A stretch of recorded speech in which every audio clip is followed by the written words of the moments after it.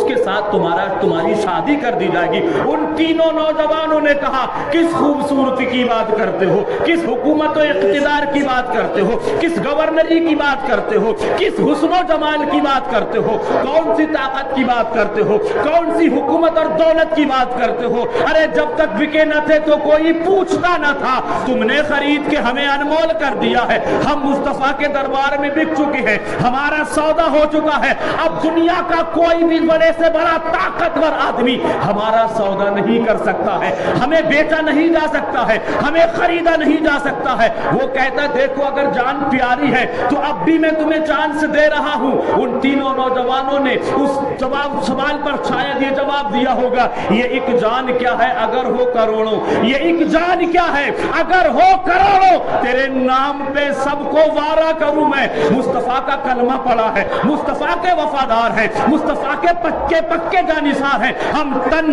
من دھن سب کچھ چھوڑنا تو گوارا کریں گے، لیکن مصطفیٰ کا دیا ہوا دین چھوڑنا گوارا نہیں کریں گے۔ تم کو جو کرنا ہے کرو، پھانسی پہ چڑھانا ہو تو خوشی سے چڑھاؤ، گولیوں سے چھلی کرنا ہو تو خوشی سے کرو، جسم کے ٹکڑے کرنا ہو کر دو، ہم تف بھی نہیں کریں گے، ہم اف بھی نہیں کریں گے، کیونکہ ہم تو چاہتے ہیں کہ مصطفیٰ کی محبت میں اگر ہماری زندگی کی آخری سانس مصطفیٰ کے نام پہ قربان ہو جائے تو ہماری زندگی کی معراج ہے، اور اس امید کے ساتھ کہ ان کی معراج کے وہ عرش بری تک پہنچے، ان کی معراج کہ وہ عرش بری تک پہنچے، میری معراج کہ میں ان کے قدم تک پہنچوں۔ آپ کو جو کرنا ہے کیجئے، مارنا ہے مار لیجئے، گردن الگ کرنا ہے تو کر لیجئے، جسم کے ٹکڑے کرنا ہے تو کر لیجئے، ہمیں کوئی تکلیف نہیں ہے، ہمیں کوئی اعتراض نہیں ہے۔ کہا ٹھیک ہے، 2-3 بھگونوں کا انتظام کیا گیا، یعنی دیگوں کا انتظام کیا گیا، زیتون کا تیل ڈالا گیا، اتنا کھولایا گیا، اتنا کھولایا گیا، اب کھولتے ہوئے زیتون کے تیل کے ساتھ تیل ہے اور وہ دیگیں بڑی بھری بڑی ہوئی ہیں اور وہ تیل کھول رہا ہے۔ بادشاہ پھر بار بار کہتا دیکھ لو اب بھی وقت ہے تمہارے پاس، اب بھی تمہاری جان بخش دی جائے گی۔ ایک چھوٹا بھائی کہتا ہے کس کی بات کرتے ہو، کون سی جان کی بات کرتے ہو، ہم مصطفیٰ کے دیوانے ہیں، ہم تو دنیا میں مسافروں کی طرح حیثیت سے زندگی گزارتے ہیں، اس لیے کہ ہمارے نبی نے فرمایا ہے المؤمن قید الدنیا، یعنی دنیا مومن کے لیے قید خانہ ہے، دنیا مومن کے لیے مسافر خانہ ہے، ہم کو تو ایک دن ہمیشہ کے لیے یہاں سے جانا ہے، آپ کو جو کرنا ہے کیجئے۔ جو ہمارے بڑے بھائی نے جواب دے دیا وہی ہمارا جواب ہے، یہ ایک جان کیا ہے اگر ہو کروڑوں، تیرے نام پہ سب کو وارا کروں میں۔ بڑے بھائی کو کھولتے ہوئے تیل میں ڈال دیا گیا، شہادت کا جام نوش کر لیا۔ جوان بھائی کے مجلے بھائی کو جب اسی زیتون کے کھولتے ہوئے تیل میں ڈالا، کسی بھائی کے ماتھے پہ شکن بھی نہ آیا، کیونکہ وہ سمجھتے تھے مصطفیٰ کی محبت میں مرنا نہیں ہوتا ہے، بلکہ جو مرتے ہیں حق کے نام پر، اللہ موت نے کس کو مسیحا کر دیا، جو اللہ کی راہ میں قتل ہو جاتے ہیں ان کو مردہ نہیں سمجھنا چاہیے، ان کو مردہ گمان نہیں کرنا چاہیے، بلکہ وہ زندہ ہیں، ان کی زندگی کا ہمیں تمہیں شعور بھی نہیں ہے، وہ زندہ ہیں اور انہیں ان کے رب کی طرف سے رزق بھی عنایت کیا جاتا ہے۔ بڑے بھائی کو زیتون کے تیل میں ڈال دیا، مجلے بھائی کو ڈال دیا گیا، چھوٹا بھائی تھا، ابھرتی جوانی تھی، چھوٹی چھوٹی مونچھیں نکل کر کے باہر آ رہی تھی۔ ایک وزیر اٹھا بادشاہ کے دربار میں کھڑے ہو کر کہتا ہے اگر آپ کو کوئی تکلیف نہ ہو تو یہ چھوٹا والا بھائی ایک رات کے لیے یا کچھ دنوں کے لیے آپ مجھے عنایت کر دیجئے، مجھے میرا ماننا یہ ہے، مجھے یہ لگتا ہے کہ میرے گھر میں ایک بڑی حسین و جمیل لڑکی ہے، وہ اپنے عشق اور حسن و جمال کے حسن و جمال کی بنیاد پر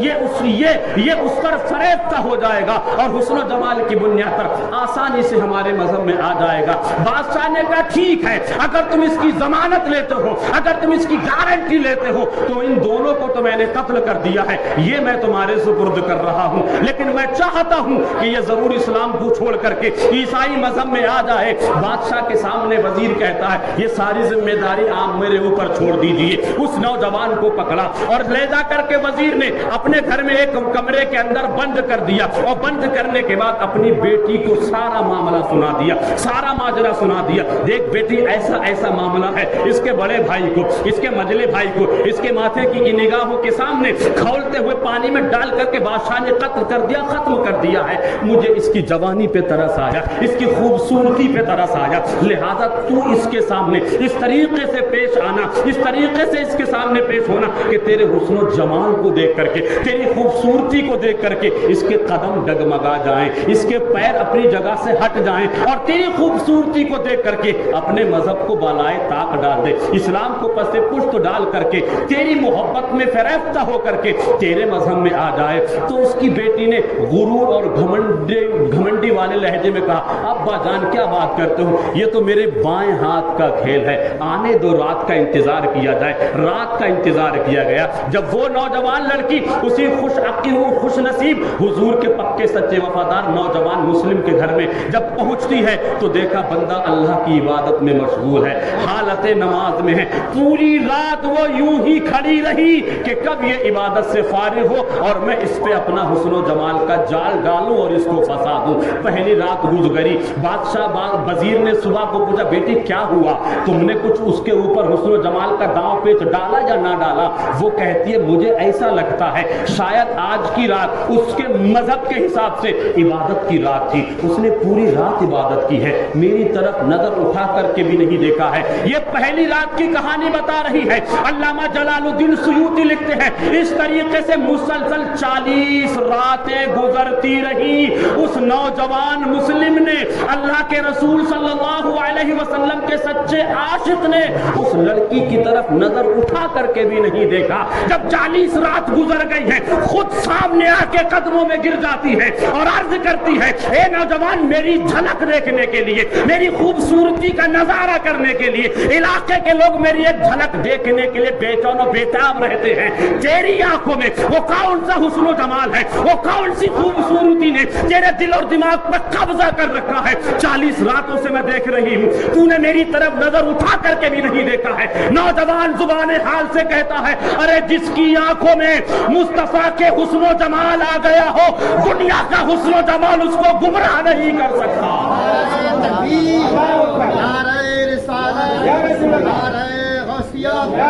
شہیدان کربلا مسلک اعلی حضرت زندہ باد زندہ باد۔ اس نوجوان کی زبان حال سے یہ الفاظ سنے قدموں میں گر جاتی ہے، اے نوجوان تو جس کا کلمہ پڑھتا ہے نا، اب مجھے بھی اس نبی کا کلمہ پڑھا دے، میں نے دیکھ لیا، میں نے جان لیا، میں نے مان لیا، یہ سچ ہے کہ جو دل میں مصطفیٰ کی سچی محبتیں پیدا کر لیتا ہے دنیا کا حسن و جمال اس پہ نہیں چل سکتا، دنیا کی حکومتیں اس کے قدموں میں رہ جاتی ہیں۔ اس لیے کہتے ہیں کہ جب تک بکے نہ تھے تو کوئی پوچھتا نہ تھا، تم نے خرید کے مجھے انمول کر دیا۔ نوجوان کی بارگاہ میں عریضہ پیش کرتی ہے، مجھ پہ احسان کرو، مجھ پہ مہربانی کرو، مجھ پہ نظر کرم نظر عنایت کرو، اور وہ احسان یہ ہے کہ جس نبی کا تم کلمہ پڑھتے ہو اسی نبی کا کلمہ مجھے بھی پڑھا دو۔ اس نوجوان نے کہا، پڑھو اشہد ان لا الہ الا اللہ و اشہد ان سیدنا محمد عبدہ و رسولہ۔ وزیر کی بیٹی تھی، کوئی عام آدمی کی بیٹی نہ تھی۔ رات ہی میں اس نے استول سے 2 گھوڑوں کا انتظام کیا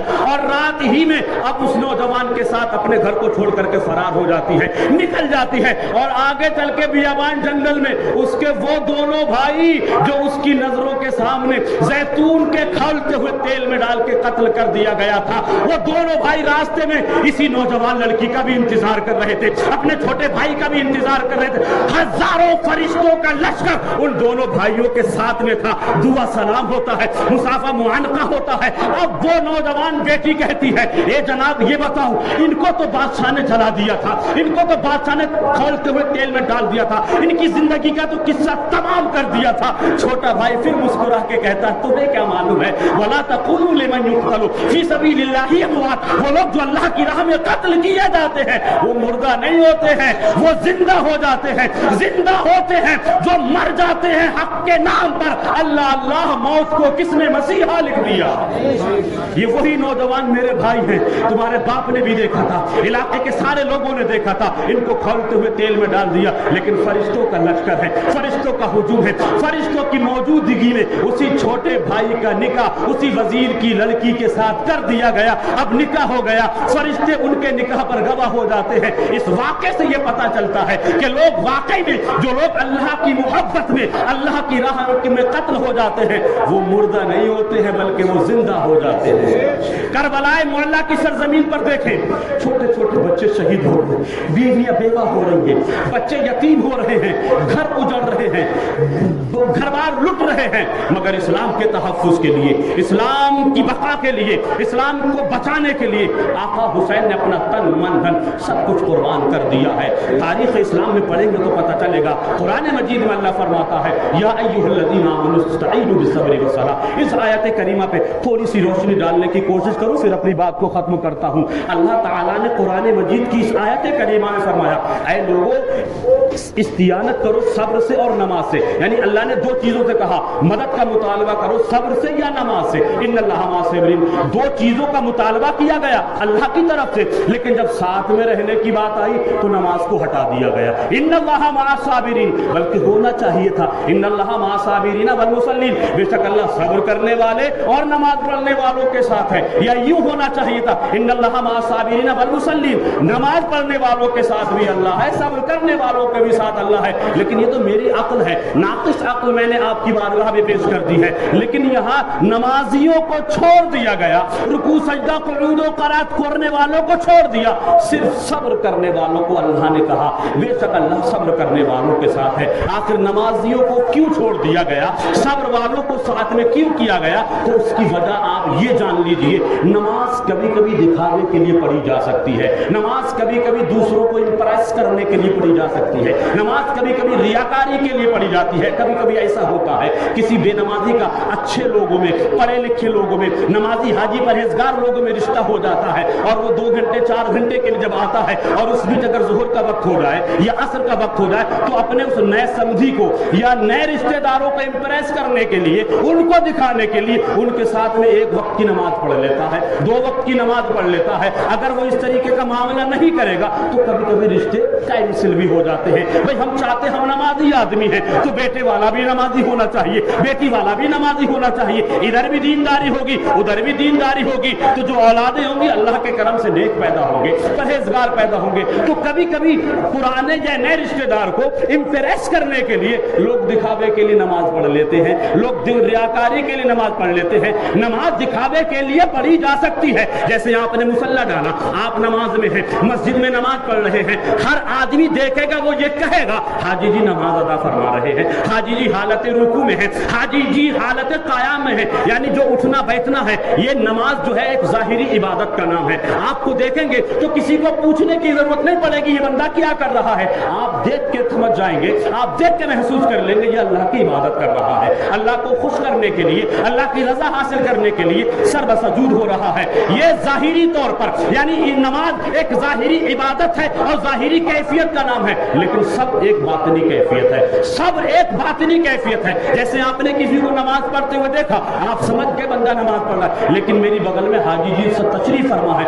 اللہ ان کی عمروں میں برکتیں عطا فرمائے، ہمارے امام صاحب کی عمروں میں برکتیں عطا فرمائے، حافظ علی حسن صاحب، نثار مولانا صاحب، حاجی اقلیم شاہ صاحب، ہمارے بھائی جناب بخشی صاحب اور عثمان بھائی جتنے بیٹھے ہیں، اللہ ان سب کی عمروں میں برکتیں عطا فرمائے۔ اللہ نہ کرے ان پہ کوئی مصیبت اور پریشانی کا سامنا ان کو کرنا پڑے، اگر یہ کوئی تکلیف سہے، کسی پریشانی کا سامنا کرے، اگر حاجی جی میرے بغل میں بیٹھے بیٹھے صبر بھی کر رہے ہوں گے، مجھے نہیں پتا چل پائے گا کہ صبر کر رہے ہیں یا نہیں کر رہے ہیں، تو صبر باطنی کیفیت کا نام ہے اور نماز ظاہری عبادت اور کیفیت کا نام ہے۔ تو اللہ نے ظاہری کیفیت اور ظاہری عبادت پر باطنی کیفیت کو فوقیت دیتے ہوئے فرمایا ان اللہ مع الصابرین، بے شک اللہ صبر کرنے والوں کے ساتھ ہے۔ اگر اللہ یہ فرما دیتا ان اللہ مع الصابرین والمصلین، اللہ نماز پڑھنے والوں کے لیے ساتھ ہے، صبر کرنے والوں کے ساتھ ہے، یقین جانیے ہم لوگ بڑی ٹینشن میں پڑ جاتے، بڑے زفڑے میں پڑ جاتے، بڑے جھنجٹ میں پڑ جاتے،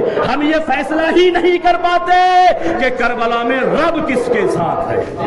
کربلا میں اللہ کس کے ساتھ ہے، کیونکہ حسین کے خیمے میں بھی نماز ہو رہی ہے، پابندی پابندی کے ساتھ ہو رہی ہے. یزیدیوں کے خیمے میں بھی نماز ہو رہی ہے. یہ الگ بات ہے کبھی موڈ میں آیا تو پڑھ لی, یہ الگ بات ہے کبھی عصر پڑھ لی, یہ الگ بات ہے کبھی فجر پڑھ لی, لیکن نماز ادھر بھی ہو رہی ہے, نماز ادھر بھی ہو رہی ہے, غسل کا اہتمام ادھر بھی ہے, غسل کا اہتمام ادھر بھی ہے, وضو کا اہتمام ادھر بھی ہے, وضو کا اہتمام ادھر بھی ہے, نمازوں کا اہتمام ادھر بھی ہے, نمازوں کا اہتمام ادھر بھی ہے. لیکن اگر اللہ یہ فرما دیتا اللہ نماز پڑھنے والوں کے ساتھ ہے تو ہم بڑے لفڑے میں پڑ جاتے. ہم یہ فیصلہ ہی نہیں کر پاتے کہ کربلا میں اللہ کس کے ساتھ ہے, کربلا میں رب کی ذات مبارکہ کس کے ساتھ ہے. تو اللہ نے یہ فرما کر کے ان اللہ مع الصابرین فرما کر کے اس جھگڑے کو ختم کر دیا, اس ٹینشن کو ختم کر دیا, اس لفڑے کو ختم کر دیا. اب اگر کربلا میں یہ دیکھنا ہو کہ اللہ کس کے ساتھ ہے تو سکینہ کے ہونٹوں سے پتہ چلے گا اللہ کس کے ساتھ ہے. علی اصغر 6 مہینے کی عمر میں شہادت کا جام نوش کر رہے ہیں, ان کی تاریخ پڑھیں گے تو پتہ چلے گا اللہ کس کے ساتھ ہے. قاسم کا شباب لٹ رہا ہے, اللہ کس کے ساتھ ہے یہ فیصلہ کر لیجئے. جوان علی اکبر کی لاٹ پہ گھوڑے دوڑائے جا رہے ہیں, فیصلہ کر لیجئے کہ اللہ کس کے ساتھ ہے. یعنی جس خیمے میں صبر ہے اسی خیمے کے ساتھ میرا رب ہے. ان اللہ مع الصابرین, بے شک اللہ صبر کرنے والوں کے ساتھ ہے. کربلا معلیٰ کی سرزمین تھا. حضرت امام قاسم رضی اللہ تبارک و تعالی عنہ کی شہادت عظمیٰ کے بعد حضرت عباس علم بردار, اپنی آخری بات کہہ کے بات کو مکمل کر رہا ہوں. حضرت عباس علم بردار جو حضرت امام حسین کے بھائی ہیں, حضرت عباس ابن علی رضی اللہ تعالی عنہ اللہ کے نبی صلی اللہ علیہ وسلم کے بیٹے امام حسین کی بارگاہ میں عرض کرتے ہیں بھائی جان اب مجھے اجازت دے دیجیے, بچے بلک رہے ہیں, بچے سسکیاں لے رہے ہیں, بچوں سے رونا دیکھا نہیں جا رہا, بچوں کا بلک بلک کے العطش العطش کی صدائیں کانوں کے پردے پھاڑ رہی ہیں. بچے زبان حال سے کہتے ہیں پانی کا انتظام کر دیا جائے, پانی کا اہتمام کر دیا جائے. بھائی جان اب آپ مجھے اجازت دے دیجیے,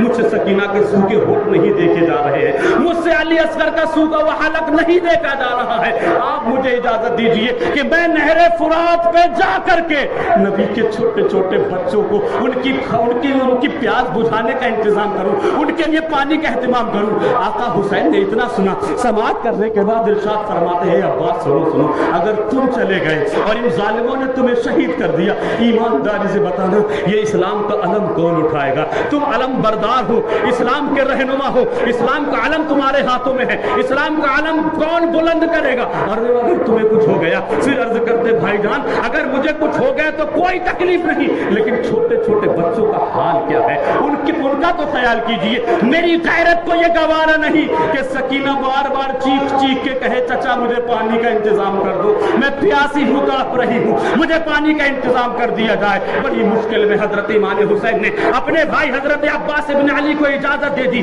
نہر فرات پہ پہنچے ہیں, گھوڑا دوڑا دیا ہے, تیروں سے لوگوں نے بارش شروع کر دی ہے. حضرت امام حسین کے بھائی حضرت عباس علم بردار نے تلوار جو چاروں طرف سے چلا یہ لاشوں کے ڈھیرے کے ڈھیر لگا دیے, پشتے کے پشتے اکھاڑ دیے, مارتے پیٹتے گاجر اور مولی کی طرح کاٹتے ہوئے کسی طریقے سے نہر فرات میں پہنچ گئے ہیں. اور نہر فرات میں پہنچنے کے بعد ایک روایت اس طرح سے ملتی ہے کہ آپ نے گھوڑے سے کہا گھوڑے تو اپنی پیاس بجھا لے, تو بھی پانی پی لے, اپنی پیاس بجھا لے. تو گھوڑے نے اپنے عمل سے زبان حال سے کہا جس کا امام بھوکا ہو اس کے گھر کے جانور بھی پیاس نہیں بجھا سکتے ہیں, اس لیے امام میں چاہتا ہوں کہ پہلے تمہارے گھر کے بچوں کو پانی پہنچ جائے, میری کیا ہے تو میں تو کہیں بھی جا کر کے پیاس بجھا لوں گا. گھوڑے نے پانی نہ پیا, حضرت عباس نے پینے کی کوشش کی, فوراً حضرت سکینہ کی یاد آ گئی, فوراً حضرت علی اصغر کی پیاس تڑپانے لگی. آپ نے مشکیزے میں پانی بھرا اور گلے میں ڈالا ہے اور تلوار لہراتے ہوئے نہر فرات سے حسین کے خیمے کی طرف رواں دوا ہے.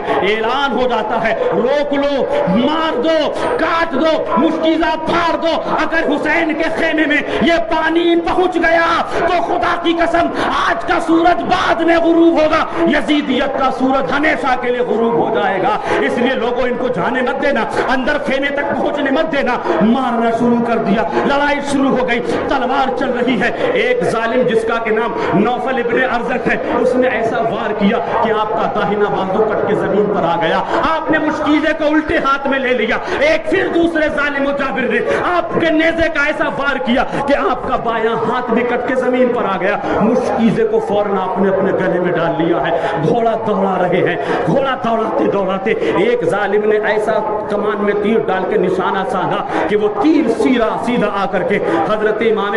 عباس علم بردار کے مشکیزے کو چھلنی کر دیتا. سارا پانی بکھر جاتا ہے, سارا پانی وہیں پر بہ جاتا ہے. شاید خدا کو منظور ہی یہی تھا, نوشتہ تقدیر میں یہی لکھا ہوا تھا کہ نہر فرات ہوگی, لیکن حسین کے خیمے میں پانی نہیں پہنچ پائے گا. آخرکار چاروں طرف سے حضرت عباس علم بردار پر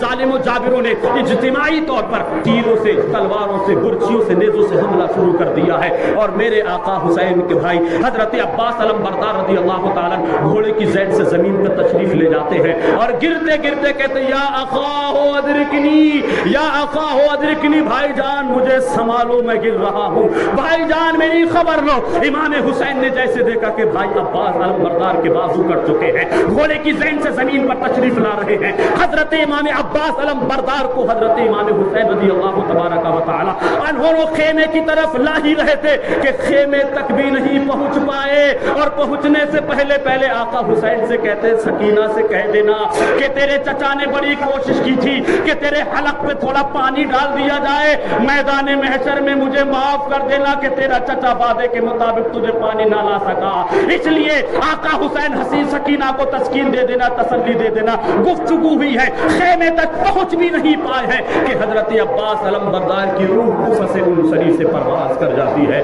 دوستو, بزرگوں, نوجوان ساتھیوں, خاص کر کے اسلام کے رشتے کی ماں اور بہنوں, تاریخ کو پڑھو اور سمجھو, اسلام کے قریب آؤ, حسین کی زندگی پڑھو, کربلا کے تمام شہنشاہوں اور شہیدوں کی زندگی پڑھو, حضرت زینب, حضرت فاطمہ کی زندگی پڑھو گی تو انشاءاللہ تمہاری دنیا بھی بہتر ہو جائے گی, آخرت بھی بہتر ہو جائے گی. آج اس پرفتن دور اور ہوش ربا ماحول میں سب سے زیادہ ضرورت اس بات کی ہے کہ ہر مسلمان مرد, ہر مسلمان نوجوان, بڑا بوڑھا حضرت امام حسین کو اپنا آئیڈیل بنائے, حضرت امام حسین کے نقش قدم پر چلے. اور اسلام کی رشتے کی ہر ماں بہن سے بڑے ادب کے ساتھ گزارش ہے کہ مرنا تو ایک دن سب کو ہے, کتنا بہتر ہو کہ آپ دنیا کی ماڈروں کے آئیڈیل نہ بنا کر کے علی کی بیوی فاطمہ, علی کی بیوی حضرت فاطمہ, حسین کی ماں حضرت فاطمہ, آقا کی شہزادی حضرت فاطمہ کو اپنا آئیڈیل بنا لو. مرد حسین کو اپنا آئیڈیل بنا لے, حسین کے نقشے قدم پر چلے, اور مائیں بہنیں حضرت فاطمہ کو اپنا آئیڈیل بنا لے, حضرت فاطمہ کے نقشے قدم پر چلے. تو خدا کی قسم یقین کے ساتھ جب ہم اور آپ ایسا کریں گے تو آنے والی نسل کو یہ ضرور پیغام دیں گے کہ یا خدا جسم میں جب تک کہ میری جان رہے تجھ پہ صدقے تیرے محبوب پہ قربان رہے, کچھ رہے یا نہ رہے, پر یہ دعا ہے کہ امیر موت کے وقت سلامت ہم سب کا ایمان رہے. بلبل سے بہرحال نشے من نہ چھٹے گا, برقے تپا کے خوف سے گلشن نہ چھٹے گا, ماحول گرچہ اپنے موافق ہی نہیں ہے سرکار مگر آپ کا دامن نہ چھٹے گا. اللہ کی مقدس بارگاہ میں دعا ہے کہ اللہ تعالی ہماری اس گفتگو کو اپنی بارگاہ میں قبول فرمائے, اور اس گفتگو میں کوئی چھوٹی بڑی غلطی ہو گئی ہو مولا اپنے فضل سے, اپنے خاص فضل سے معاف فرما کر اپنی بارگاہ میں قبولیت کے منصب پر فائز فرمائے. صدق و دل سے کلمہ طیبہ پڑھ لے, اشہد ان لا الہ الا اللہ واشہد ان سیدنا محمدًا عبدہ ورسولہ. خوب کی سیر چمن پھول چنے شاد رہے, باغ میں جاتا ہوں گلشن تیرا آباد رہے. رہا گلشن تو پھول کھلتے رہیں گے, رہی زندگی تو انشاءاللہ ہم اور آپ ملتے رہیں گے. استغفر اللہ ربی من کل ذنب واتوب الیہ. خدا حافظ وما علینا الا البلاغ. السلام علیکم ورحمۃ اللہ.